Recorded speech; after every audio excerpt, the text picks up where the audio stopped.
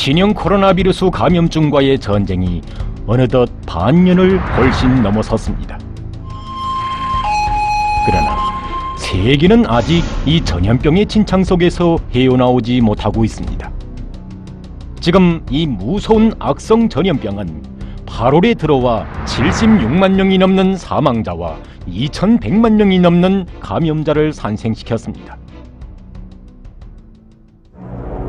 이러한 비극적인 사태를 두고 세계보건기구는 모든 사람들이 지나온 전염병과의 싸움에서 얻은 교훈에 대해 심각히 반성하고 모든 노력을 위기에 처한 생명들을 구원하는 데 바쳐야 한다고 다시 한번 경종을 울렸습니다.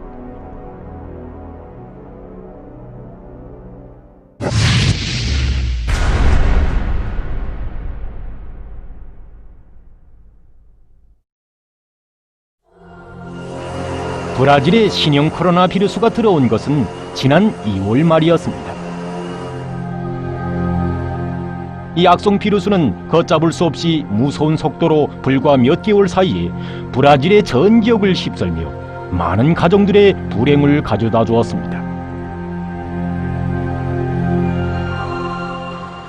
지금도 어떤 사람들은 이 비루스 감염증에 대해 우습게 여기고 있습니다.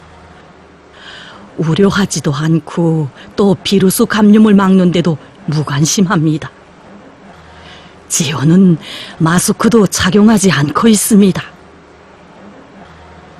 나처럼 어머니를 잃고 나서야, 친혈육들을 잃고 나서야 사람들은 비로소 이 무서운 전염병으로 인한 고통이 얼마나 뼈아픈 곳인가 통탄하며 때늦게 가슴을 치고 있습니다.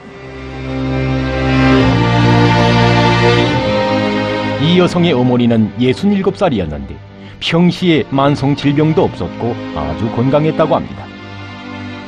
그러나 이 악성 비루스에 감염되자 며칠 안 돼서 사망했다고 합니다.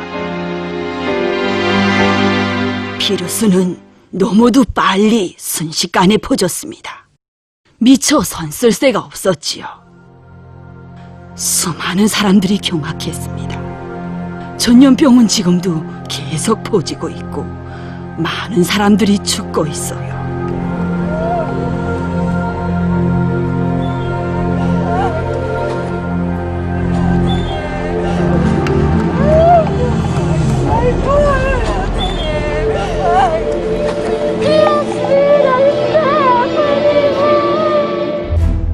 브라질의 전염병 형세는 6월에 들어서면서 급격히 악화됐습니다. 하지만 그때까지도 브라질의 대부분 사람들이 정신을 차리지 못했다고 전문가들은 우려를 표시했습니다. 곳곳에서는 사람들이 몰켜 붐비고 있었고 지역 일부 주민들은 마스크도 착용하지 않고 거리를 나다니고 있었습니다. 많은 사람들이 자기 자신을 돌보지 않고 있습니다. 손소독도 제대로 하지 않고 또 마스크도 착용하지 않고 있으며 서로 거리간격도 지키지 않고 있습니다. 우리 브라질 사람들은 신형 코로나 비루스가 얼마나 심각한지 아직 잘 모르고 있습니다. 정말 무서운 일입니다. 신형 코로나 비루스 때문에 목숨을 잃은 사람들을 단지 숫자로만 세서는 안 됩니다.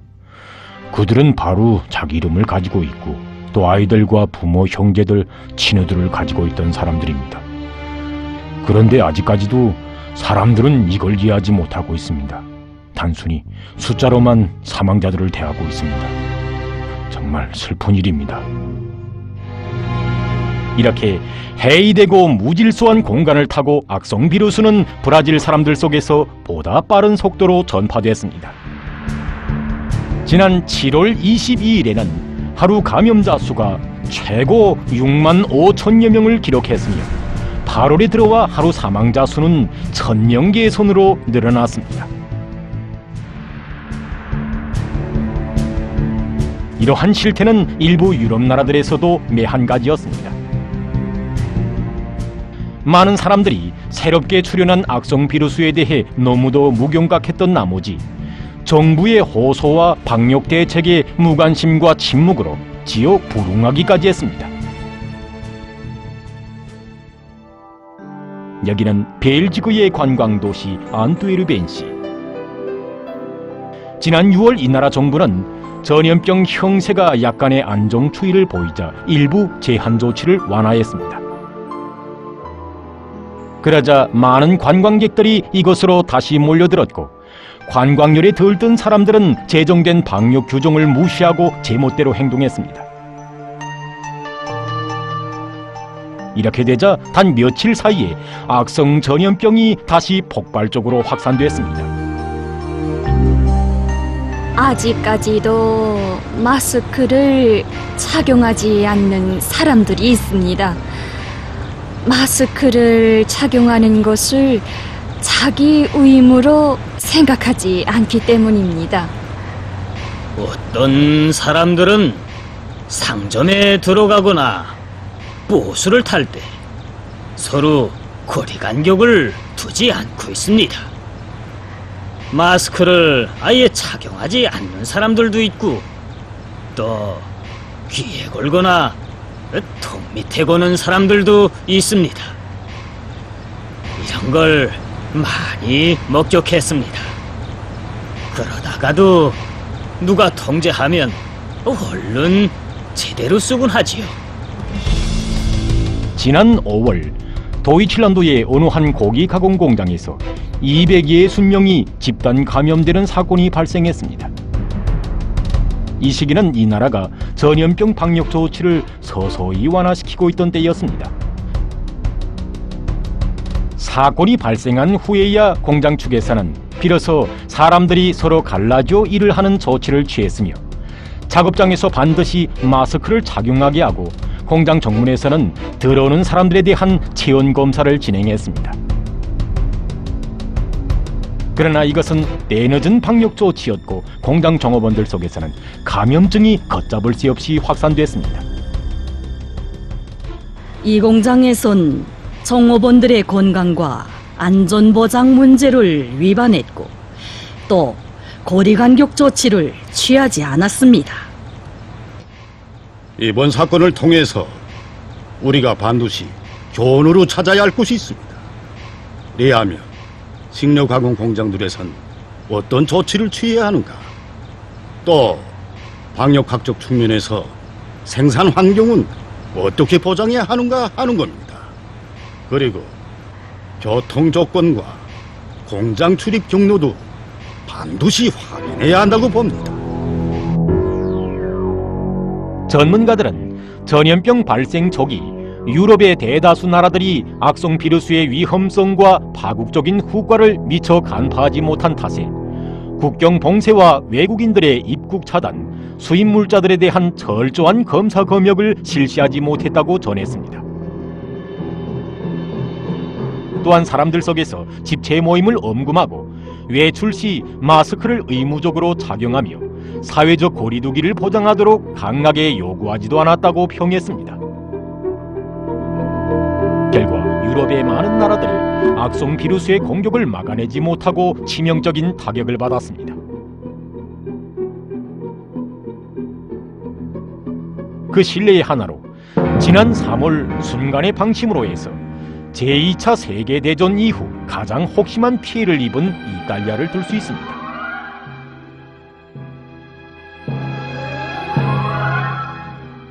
안녕하십니까. 이렇게 마스크를 낀 채로 말해서 미안합니다. 내가 이 동영상을 찍자고 생각하게 된 것은 신형 코로나 비루스를 대수롭지 않게 여기는 사람들이 있기 때문입니다. 내가 비루스에 감염된 탓에 나는 나에게 있어서 가장 귀중한 사람을 잃었습니다. 나의 아버지입니다.